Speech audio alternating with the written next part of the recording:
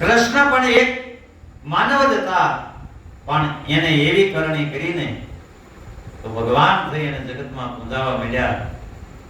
રામદેવજી મહારાજની વાત કરું, એ મનુષ્ય જ હતા. એટલે નર જો એસી કરણી કરે ને તો નર કા નારાયણ હોય ભગવાન. સંત છટકો લાગ્યા વિના કેમ રેજે કીર્તાર, ઈવળની જો ભમરી બને તો મનુષ્યને કેટલીક વાર. આટલી મહાપુરુષ ની અંદર શક્તિ છે, અને એ શક્તિ જ્યારે પ્રદાન કરે સેવક નહીં ત્યારે જણજણાટી બોલી જાય. જેમ પાવર ને છેડાને હાથ વટી જાય ને જેમ જણજણાટી બોલે ને એમ સદગુરુની શક્તિ જ્યારે આપણામાં પ્રવેશ કરે ને ત્યારે એકવાર જણજણાટી બોલે છે, અને એનો અનુભવ થાય. એ પાવરનો જેમ અનુભવ થાય એમ આ શક્તિનો અનુભવ. માટે ચાર પ્રકારના જીવાત્મા હોય છે. એક પામર,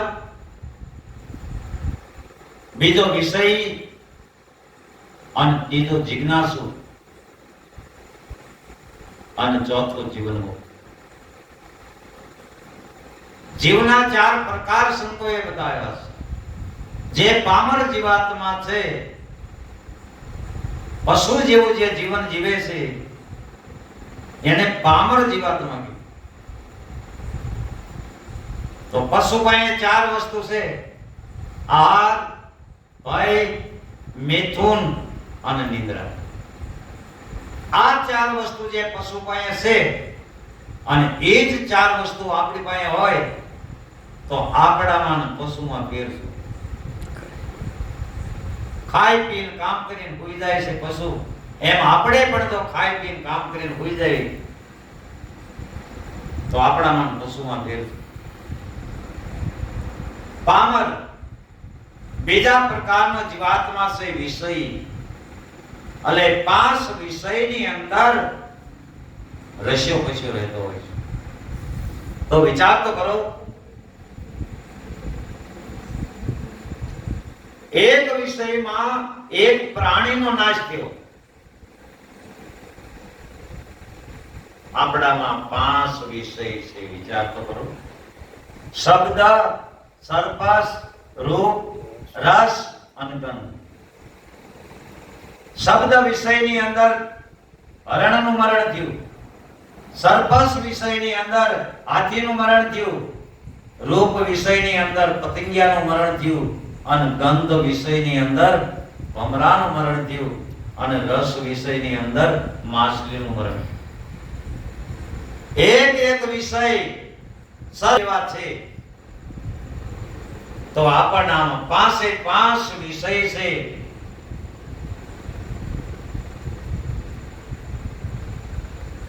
શબ્દ વિષયની અંદર હરણનું મરણ થયું. હરણ છે ને એ શબ્દનો બહુ પ્યાસી હોય. નાદ સાંભળે અને નાદ સાંભળવામાં એ તલીન બની જાય, સ્થિર થઈ જાય, અને ત્યાં પારાથી આવે ને બાણ મારે અને હરણનો નાશ થાય છે. એને એ વિષય વાલો એટલે તલીન થઈ જાય. પછી રૂપ વિષયની અંદર પતંગિયાનું મરણ થયું. દીવો પ્રગટ કરો ને એનો એ વિષય છે. એટલે પતંગિયાએ વિચાર કર્યો ઓલવી નાખ્યું, પણ પતંગિયું દીવા પાસે ગયું ત્યાં પોતે ઓલવાય છે. એનો નાશ થાય. અને રસ વિષયની અંદર માછલીનું મરણ થયું. માછલીને રસની ટીકડીઓ જળમાં જ્યારે નાખે અને એ ટીકડીને ખાવા જાય ત્યારે પેલો પારાજી છે ને કાંટાળી જાળ હોય છે, એની હારે રસની ગોળીઓ લગાડી હોય છે. અને એ જાળ જ્યારે અંદર નાખે એટલે ઓલી રસની ગોળીઓ ખાવા માછલીઓ આવે છે અને કાંટા વાગે છે અને માછલીનું મરણ થાય છે. ગંધ વિષયની અંદર ભમરાનું મરણ થાય.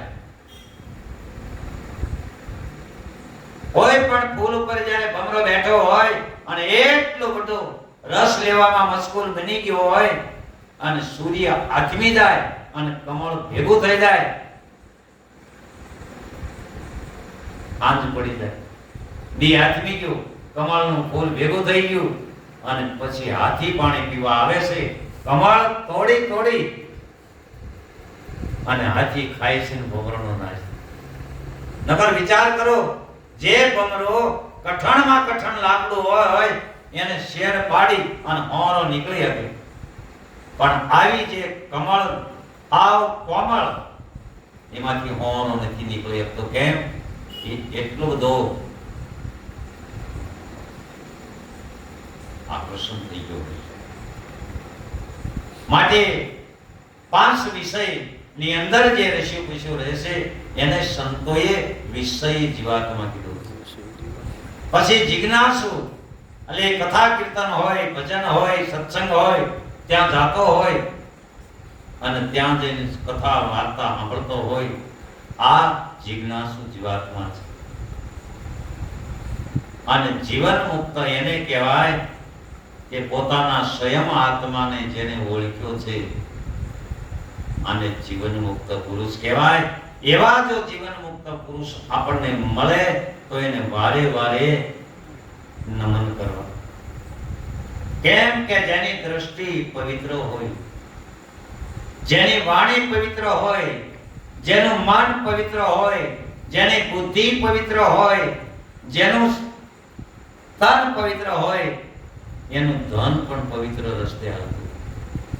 આવા સંત નિલોપી હોય, નિષ્કપટી હોય, નિરઅહંકારી હોય, જેનામાં રાગ દ્વેષ, મારું તારું, નિંદા ખોદણી એની વાણીમાંથી ન નીકળે, એના મુખમાંથી શબ્દ. આવા જે વાણી ઉપર જેને કંટ્રોલ કર્યો હોય, માટે સંતો કહે છે કે એવી વાણી તમે બોલો આમાંને આનંદ થાય એવી વાણી બોલો. કોઈને કડવું લાગે એવી વાણી ન કદી બોલી. કાણાને કાણોનો કીજીએ અને કડવા લાગે વેણ, આસ્તે રહીને પૂછીએ ભાઈ કેમ કરતા પૂછ્યા ને.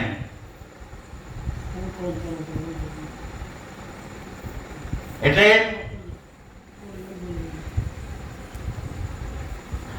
શબ્દ વિચારી અને સંભાળીને બોલી.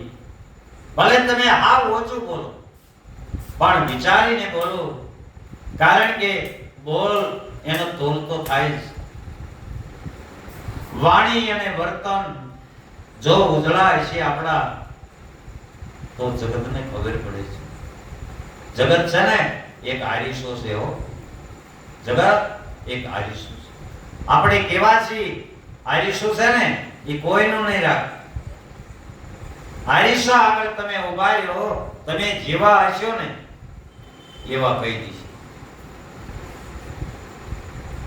તમારા કપાળમાં 3 લીટીઓ આડી છે, તમારા કપાળમાં સાંડલો કરેલો છે, તમારું મુખ હસતું છે, જે કાંઈ તમે જેવા છો એવું આરીસું કહી દીશે.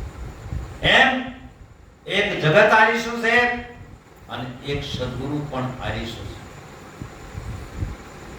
સદગુરુ પાસે તમે જાઓ એટલે તમે જેવા છો એવા જ કહે છે. તો તમે દેહધારી છો તો કે નામ. તમે કેવા છો તો કે અમે વિધેય. સદગુરુ એમ કહે છે કે તમે એમ માન્યું છે કે અમે દેહધારી છીએ, અમે જન્મની છીએ, અમારું પાછું મૃત્યુ થાય છે. પણ સદગુરુ એમ કહે છે તું જન્મતો નથી અને તું મરતો નથી, તું આવતો નથી, તું જાતો નથી. તમે જેવા છો એવા કહી છે. તું તો અજર, અમર અને અવિનાશી છો.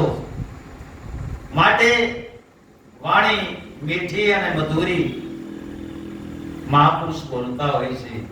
અને વાણી છે ને એક વશીકરણ મંત્ર છે. ભલ ભલા એને વંશ થઈ જાય. ભલ ભલા